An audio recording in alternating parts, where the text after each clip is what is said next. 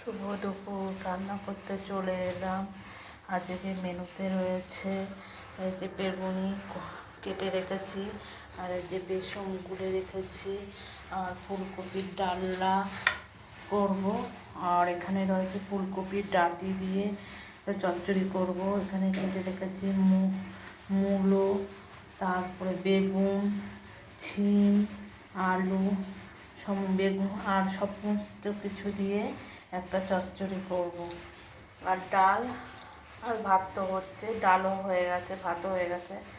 আজকে দুপুরে এগুলোই রান্না করব।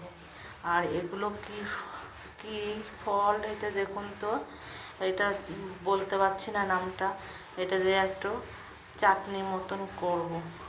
এটা কি কি ফল, এটা জানা থাকলে অবশ্যই জানিও। শুভ দুপুর, টাটা।